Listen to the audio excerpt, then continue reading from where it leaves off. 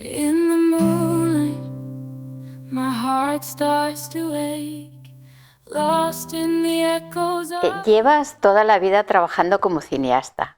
¿Cómo ha sido el paso a la literatura? Sí, evidentemente hay un paso de mi profesión de cineasta a la literatura. Siempre me ha interesado. Hace mucho tiempo comencé a escribir una novela, quizá en el mismo periodo donde he escrito los primeros guiones para cine, pero la realidad es que siempre me ha interesado. Le he adjudicado siempre como un tono mayor a la literatura. ¿Cuál ha sido tu motivación para dar este paso? Quizá lo que estoy intentando hacer con mi incursión en la literatura es un poco cerrar las cuentas, como la valorización de la palabra en un momento en donde la imagen ha invadido absolutamente, todos los terrenos, ¿no? Después de cientos de audiovisuales que, si bien contenían también la palabra, había un predominio de la imagen, ¿no? Y que quizá ahora en estos últimos años toca sumar palabras más palabras, ¿no? O sea, como hilvanar la totalidad del pasado. ¿Está todo el pasado en estos escritos? ¿Este será tu legado? Esta irracional necesidad de perdurar que tenemos los humanos, ¿no? Este juego de permanecer, o sea, una vez que nuestro cuerpo se convierte en otra cosa, ¿no? ¿Tienes miedo a la muerte? La muerte ha sido siempre un tema que ha estado presente en mi vida de muchas maneras. Y esta presencia de la muerte me ha llamado a la vida, me ha llamado a una vitalidad de la cual he presumido durante un gran periodo, y ahora en el ocaso las fuerzas han mermado, pero hay una voluntad de existir, incomprensible voluntad de existir, que permanece, con la cual convivo en mis actividades artísticas, retirado aquí prácticamente en una casa de campo, en las afueras de una ciudad, un retiro hacia adentro, una última etapa donde reconocerse en la presencia de un árbol, la mirada de un gato, de un perro o de un vecino que poco puede corresponder a los intereses especulativos con los cuales habitualmente nos movemos en los periodos en donde estamos integrados al mundo competitivo, al mundo complejo de rivalizar para encontrar un espacio, para transmitir una idea o para ganarse la vida. Por lo que comentas, parece que como cineasta has tenido que competir mucho, ¿no?, para posicionarte. ¿Crees qué expectativas tienes con respecto a la novela? Soy consciente de que me leerán seguramente algunos pocos. Hay una fuerza igualmente que empuja y que tiene tanta intensidad como la misma certeza del absurdo en la cual siempre ha navegado mi existencia. Mi existencia siempre ha navegado en un no entender el sentido. Ludovica en el borde del mundo. ¿De qué va la novela? Ludovica, un amor en el borde del mundo, es una novela psicológica. Es un viaje por el mundo interior de algunos personajes que pretenden entender el sentido de sus actos, ¿no? Pretenden entender, en realidad, cómo se tejen los hechos de sus vidas. Ludovica es una joven cantante de rock que se adicta a las drogas con aspecto de una princesa de cuento de hadas, incapaz de utilizar su talento, incapaz de utilizar su belleza y su juventud, y recorre un camino hostil que la desvía hacia el borde del mundo. Horacio es un hombre mayor, psicoanalista, que está superado por la pasión y se sumerge en estas aguas turbulentas y decide acompañar a Ludovica durante 5 años de cárcel, instalándose como un psiquiatra de adicciones en la prisión. La novela, en cierto sentido, pretende reflexionar sobre el valor de las decisiones, tanto de las grandes como de las pequeñas. Todas suman y van construyendo la madeja. Ese tejido en el cual nos enredamos, repleto de complejidades, de tramas secretas, actos movidos por el inconsciente, actos que parecen tener vida propia habitualmente, ¿no? Y que a veces caminan solo más allá de nuestra voluntad. La novela, a través de la búsqueda de estos personajes, también nos permite reflexionar sobre la pobreza, la pasión, la soledad, las consecuencias de nacer en un hogar desestructurado, nos permite reflexionar sobre las adicciones, las drogas, el alcohol.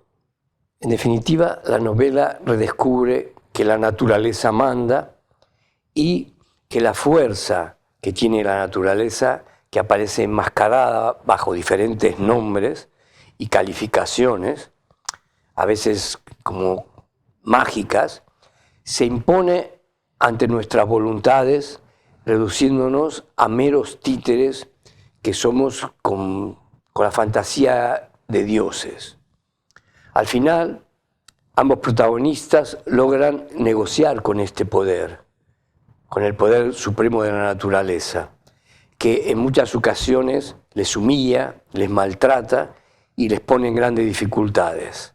¿Dónde se desarrolla la novela? La novela se desarrolla en Barcelona, Francia e Italia. Los personajes que viven en Europa, entre comillas, en ciudades con democracia y en el primer mundo, se manejan socialmente con libertad. Libertad, palabra que en mi diccionario existe con muchas comillas, y ellos están alejados del problema económico de la subsistencia. Me ha llamado mucho la atención el poder adquisitivo de los personajes. No hay problemas económicos. ¿Esto tiene alguna explicación? ¿Por qué? Sus problemas son de carácter metafísico y de carácter existencial. Los personajes aparecen por momentos con cierta abundancia en relación con tener objetos, pero que paradójicamente esta despreocupación económica, en lugar de aliviar sus angustias, las amplifica. La novela pretende hacer una reflexión existencial, una profunda reflexión en relación a la obsesión en el tema del sentido de vivir. Horacio se plantea que no hay un solo sentido de vivir, sino que a lo largo de la vida el sentido de nuestra existencia va cambiando y además es singular. El sentido que le damos a la vida es propio de una construcción subjetiva de cada persona. Desde el borde del mundo por donde transitan los personajes de la novela, la mirada sobre la aceptación del destino se hace crítica. Esa ignorancia de las causas que mueven nuestras acciones perturba a los personajes y sobre todo perturba a Horacio. Él se entrega por momentos a reflexiones obsesivas con la intención de encontrar una respuesta. También es una preocupación de Ludovica. Ella, a diferencia de Horacio, tiene una teoría y la vive casi como una certeza. Ludovica pone en duda constantemente la autoría y la autoridad que el ser humano ostenta tener sobre el protagonismo de los hechos que vive. Ella dice a menudo que siente una influencia determinante por los hechos contingentes de su vida. Y se pregunta, ¿hay una mano secreta escondida en algún lugar del universo que manipula nuestras voluntades? este pensamiento se hace extensible a otros personajes que acompañan las tramas y que convierten esta curiosidad en una constante obsesión, una constante obsesiva. La novela plantea una reflexión a través de sus personajes sobre la dificultad para aceptar la hipótesis de que el hombre sea el hacedor de su propio destino. Tanto Ludovica como Horacio manifiestan en diferentes pasajes no sentirse libres. Ludovica dice en un pasaje que ella no ha elegido nada en esta vida. La novela plantea una reflexión a través de sus personajes sobre la dificultad para aceptar la hipótesis de que el hombre sea el hacedor de su propio destino. Esta es, en definitiva, una reflexión sobre la libertad. ¿Somos realmente libres? ¿El ser humano puede ser libre? Horacio se pregunta habitualmente sobre el sentido de la vida, pero sobre todo sobre cuál es el motor de sus actos, qué es esa fuerza que le empuja. Ludovica tiene una respuesta más clara sobre el tema. Ella piensa que hay una fuerza que le empuja a unos hechos que no ha elegido. Sobre todo su adicción a las drogas.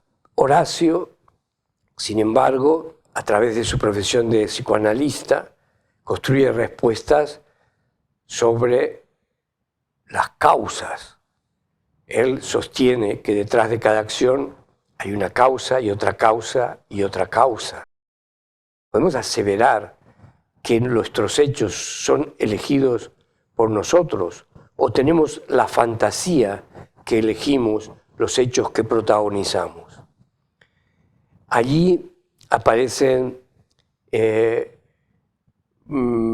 huecos importantes, sin respuesta, pero sí los personajes reflexionan profundamente, intentando construir alguna, para entender, o sea, qué maneja y determina el destino de sus vidas, que a veces, o sea, les es hostil.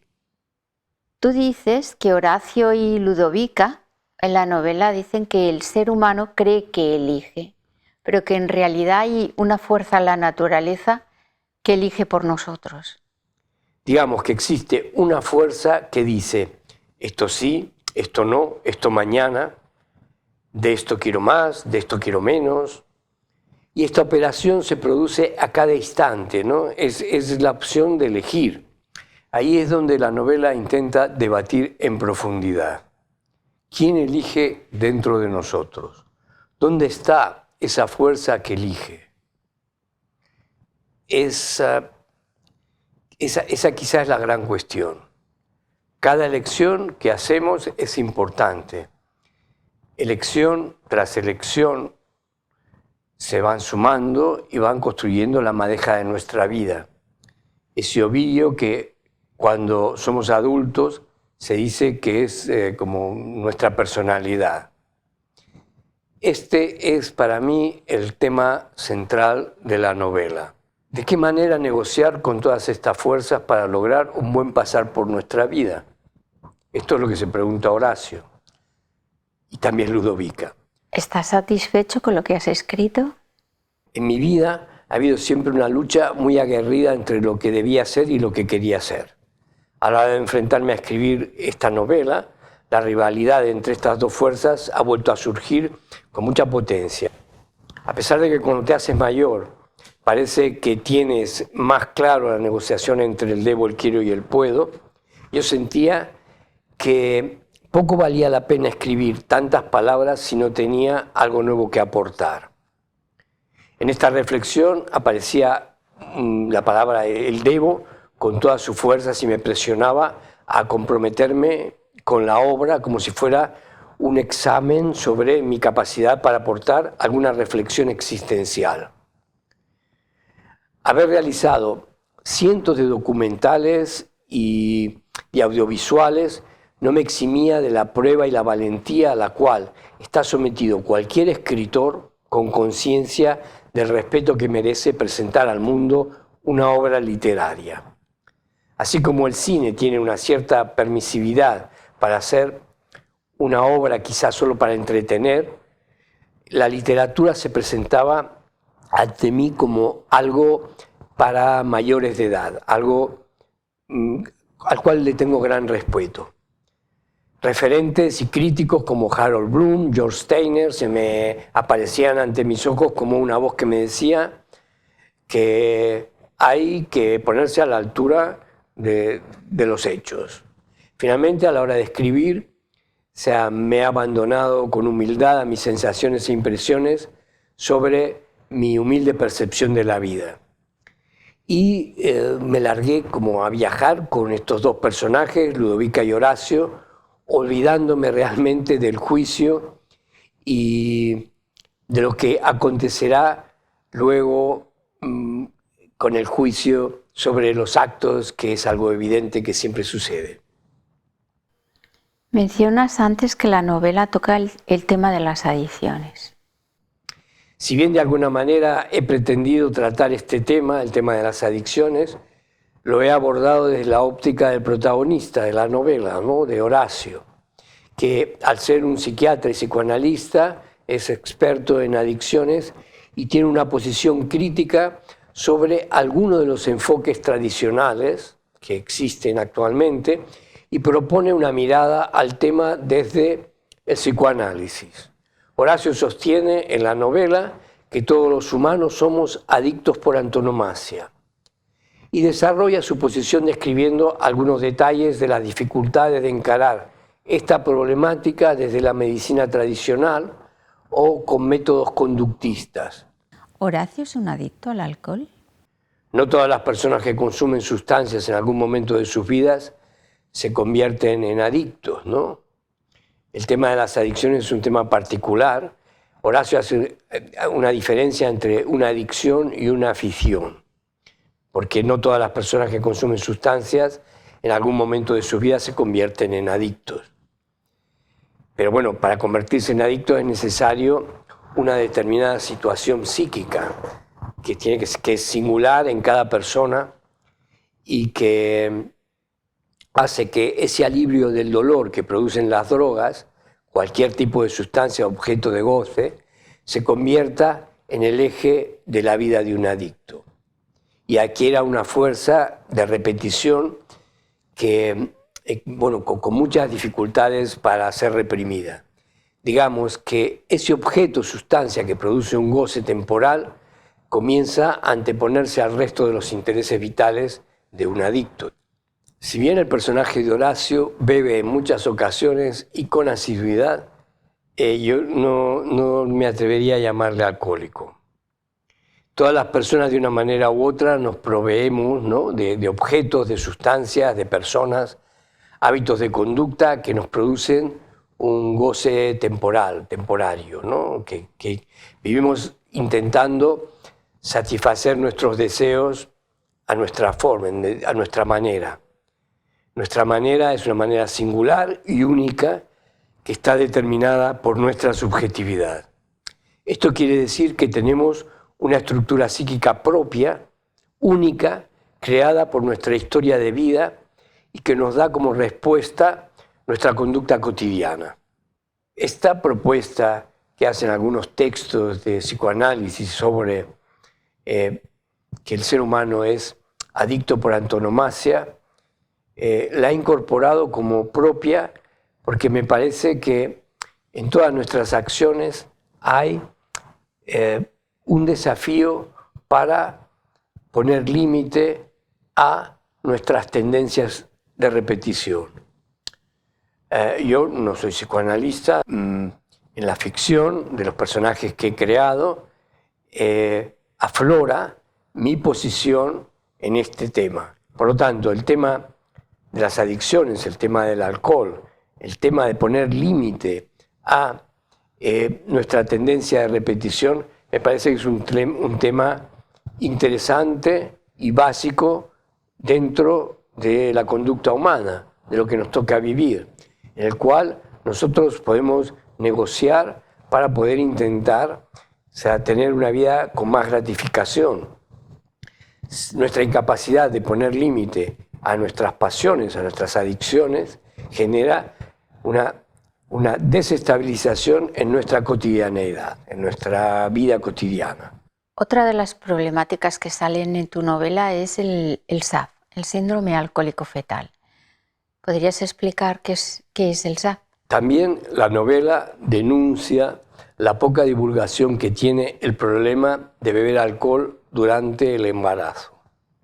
Las consecuencias de beber alcohol en el embarazo pueden desembocar en la metilación del ADN del feto y provoca una enfermedad irreversible que se llama síndrome de alcoholismo fetal, que lo llamamos SAF, que se traduce en un grave problema en el sistema nervioso central y genera una disminución psíquica que en algunos casos se transforma en una alteración en la conducta, y los hijos de estas madres que han consumido alcohol tienen graves problemas posteriores de conducta.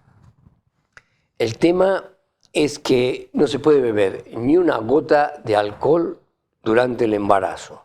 Una forma de advertir a la población, ¿no?, de los riesgos que supone este consumo. Exacto. El amor es una palabra que aparece en el título de tu novela. ¿Qué es el amor? Amor, gran invento que nos mueve y que están contenidos. Esta palabra amor está contenida en todas las historias. Todas las historias, en definitiva, implícita o explícitamente, hablan de amor.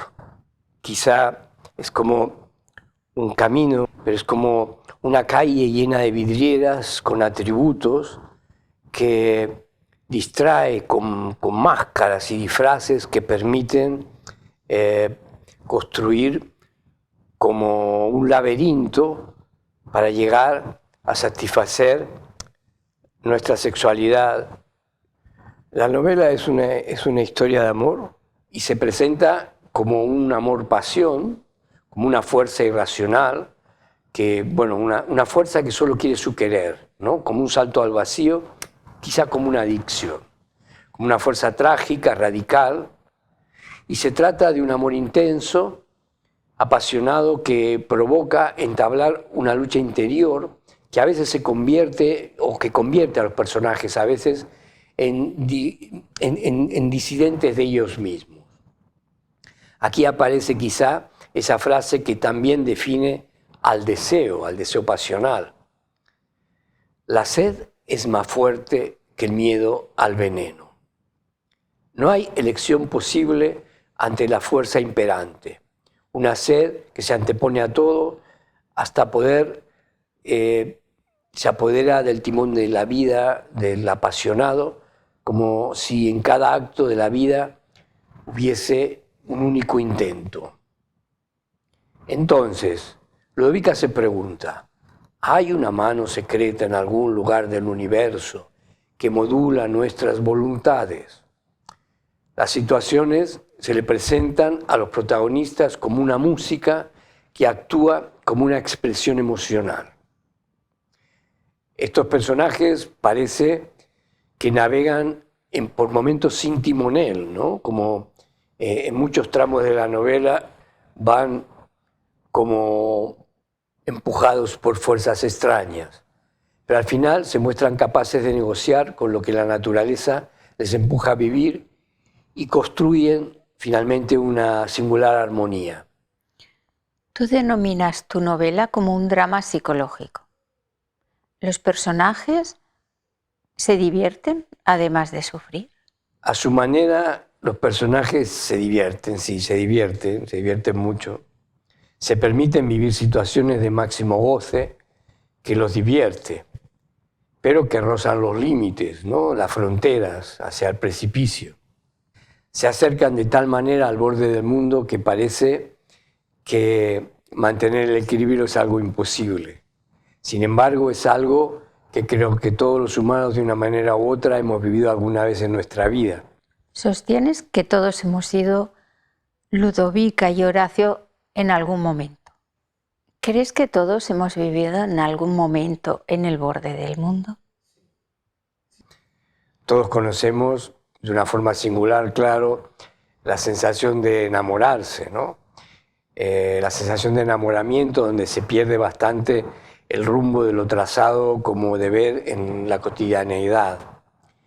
La irrealidad de esa sensación única que nos invade la mente y el cuerpo, se apodera del timón de nuestras vidas y colma de dicha y sentido el vivir durante ese periodo.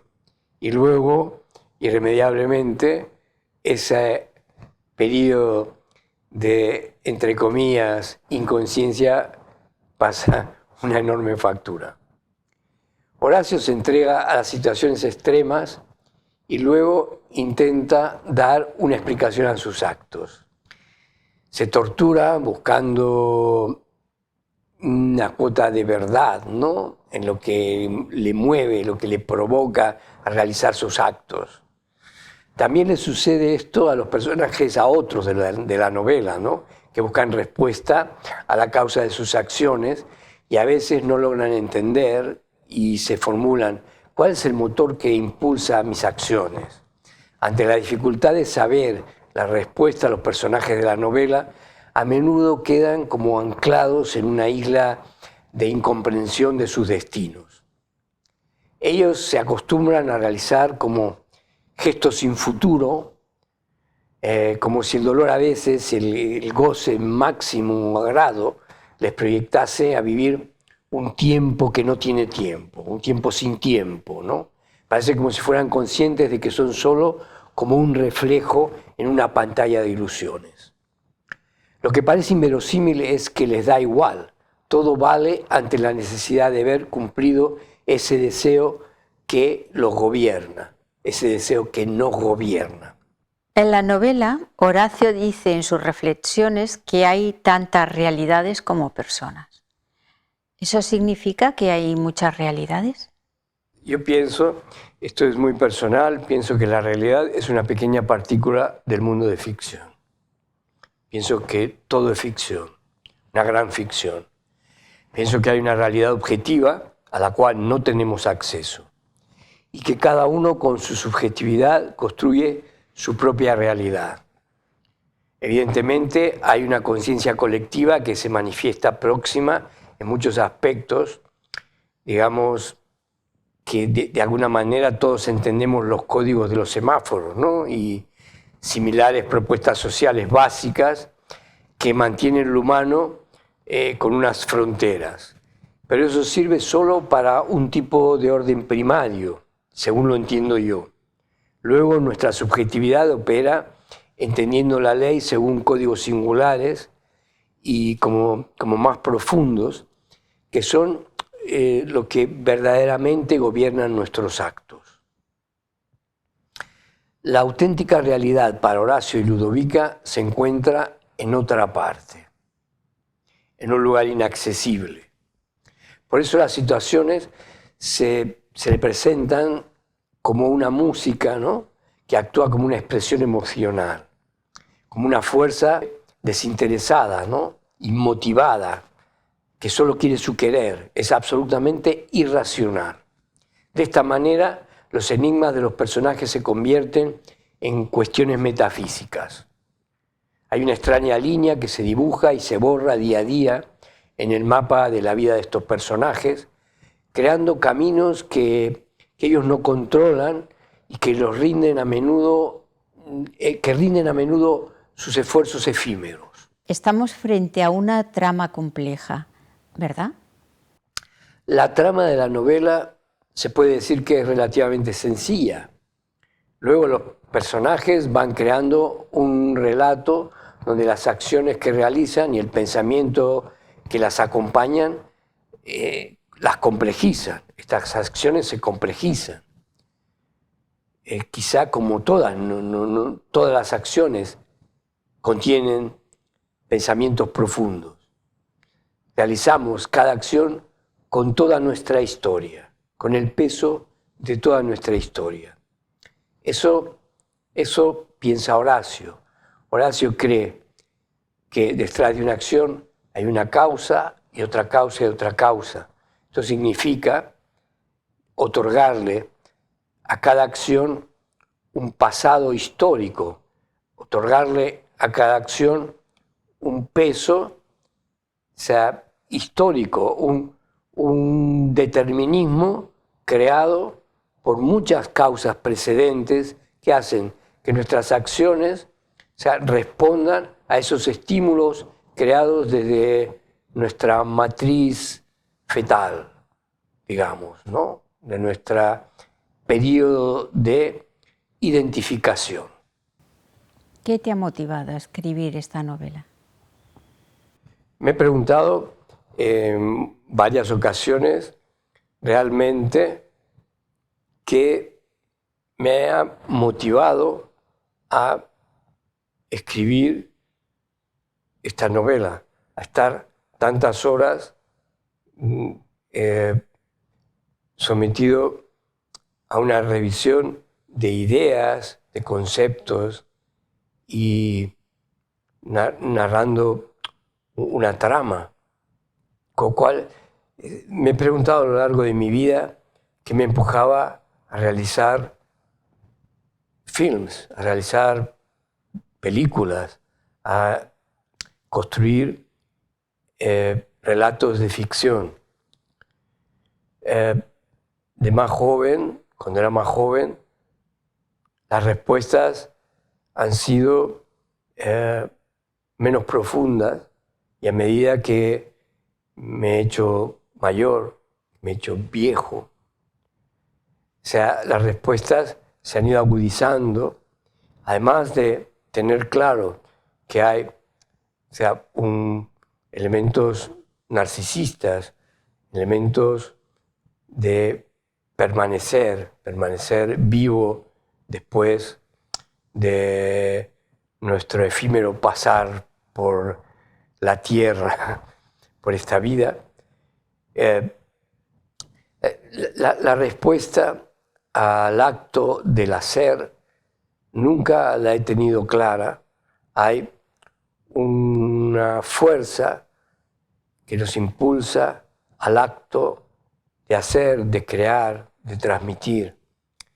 Pienso que la naturaleza a la cual le otorgo el poder supremo, la naturaleza que manda y ordena, ha creado muchos seres humanos, no una bola humana única.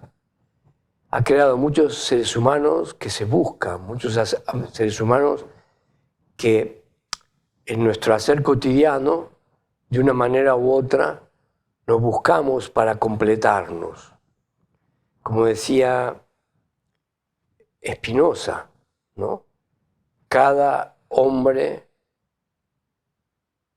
completa a los otros y es completado por ellos. Esta frase es la que abre la propuesta de la novela y, por otro lado, la que yo sostengo como uno de los motores de la vida, la búsqueda del otro, la necesidad de amar al otro, de ser reconocido por el otro. Somos lenguaje que deja de existir en el momento donde el otro no existe. Por lo tanto, esta búsqueda justifica el hacer y me da una respuesta a esa cantidad de horas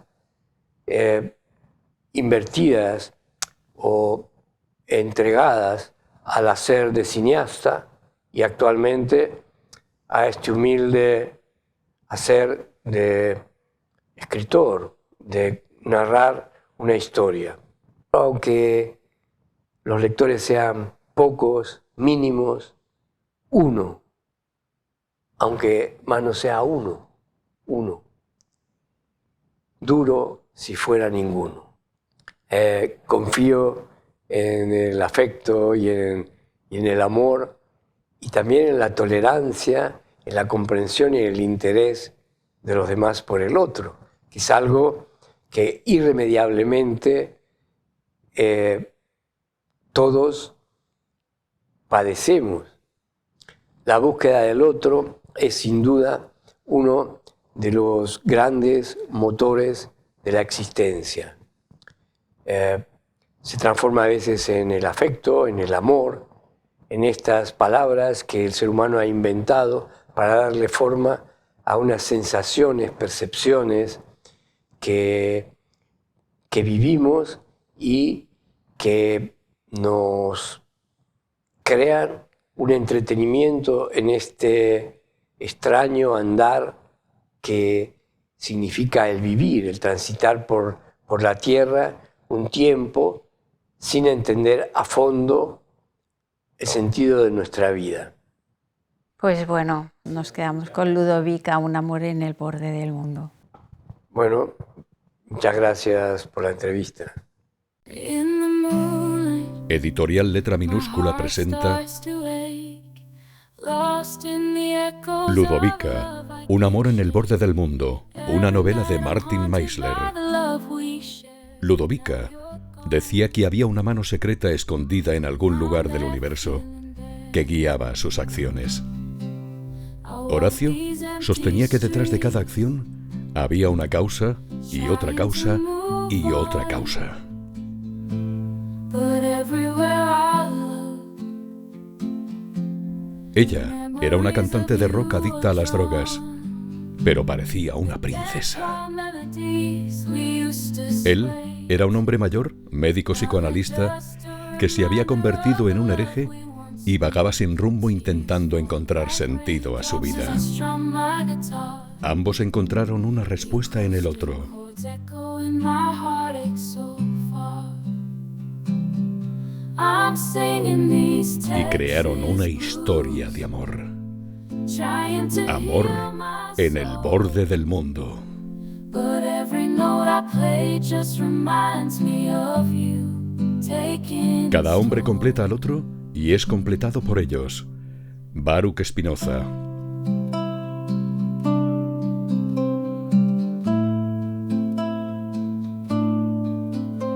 Disponible en Amazon en formato papel e ebook.